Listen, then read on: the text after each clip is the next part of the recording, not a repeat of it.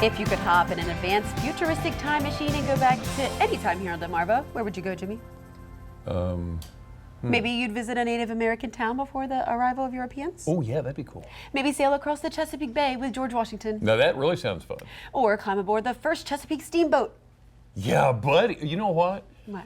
I think I know somebody we could really ask about all of that. And he's sitting right here. Yes, ladies and gentlemen, Throwback Thursday brings the man who knows everything, Jim Duffy of Secrets of the Eastern Shore. So the question now is... The man who knows everything. Everything. Oh, well, man. I mean, you could say anything. Tell that to my wife. We'll see. We'll see and how that's that where goes that conversation stops right there. So if you could go anywhere, where would you go?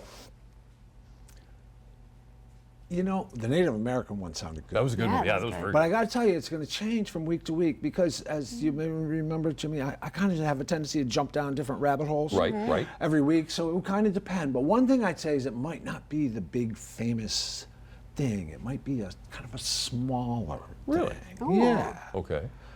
So this week's rabbit hole, Oh, yes. all right, is the Chitlin Circuit.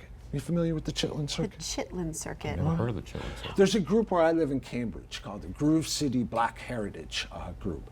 And they're putting on an event May 2nd and May 3rd, in which they're going to have the Chitlin Circuit recreated with all these bands. It's going to be kind of a travel back in time thing. You can get all dressed up. And what the Chitlin Circuit was the days when some of the greatest names in American music, from like Ella Fitzgerald and Fats Waller up to like Sam Cooke and James Brown Really? and Little Richard, they played on the Delmarva Peninsula. They would have a date like up in Philadelphia, and then they'd have another date in Norfolk, and they'd take 3 days to get there and stop and Stop play over. in Okay. our little towns. And one of the big towns was Cambridge, where there were four different clubs that had this. So this Groove City group, May 2nd and 3rd, they're going to like have this whole recreated experience Wow. with music and stuff like that. Doesn't that sound like That fun? sounds Cool. incredible. Now, Yeah. Cambridge wasn't the only stop, though. On the No, circuit. Cambridge wasn't the only one.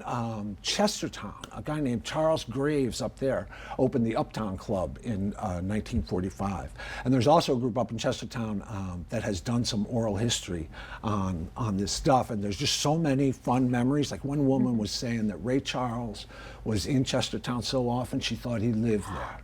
And she had an image of this guy who owned the club, Charles Graves, and Ray Charles like walking through town with Ray Charles holding his shoulder and walking through town. And there was another one that had Patti LaBelle back when it was Patti LaBelle and the Bluebells. Oh, wow. And this memory was of the four of them walking through town with curlers in their hair, rocking capri shorts, looking like they owned the town of Chestertown. Oh, my goodness. So many cool stories about kids sneaking in to see these shows and all their memories. So, And there was one more too. Okay. Rosedale Beach in was Millsboro. I was going to ask if it was yeah, just so Maryland. I went to Rosedale Beach was, and that's it's on Indian River Bay, Right. a little kind of near Oak Orchard, and they had like a 35-room hotel and this big ballroom and everything like that, and all these people would come through.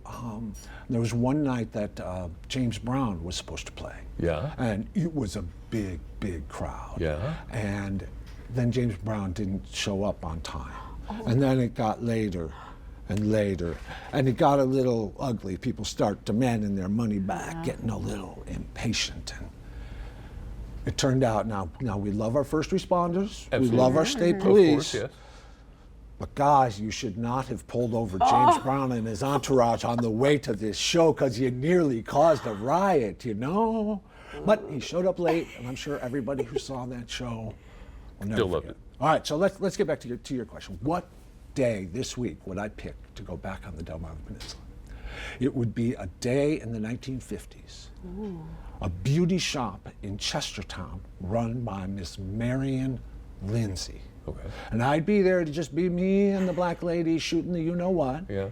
And then Little Richard would pound through the door. Are you kidding? And Little Richard would say, I cannot go on stage with my hair looking like this, and I hear you're the person who can fix it. And I just want to sit there with those ladies and watch the magic that Miss Marion does, and then maybe we could all go to see the show later that night together. Do you want to come along? I You love wanna it. come along? Love Yeah, it. it Yes, sounds like a yes. dream. Where's that the you've had. Draper Media time machine? Is it back over here? It's back over we here? put it somewhere. I'm not sure where All right, they... we'll cancel the rest of the show. We got to go see Little Okay, Richard. we got to go. We got to. All right. There you go. Ah, that's awesome. That's awesome. Listen, we're going to have a link for the Groove City Black Heritage and the Culture Group's Chitlin Circuit event on DelmarvaLife.com. All you have to do is click on what's happening today. As always, Jim Duffy, thank you. Thank you.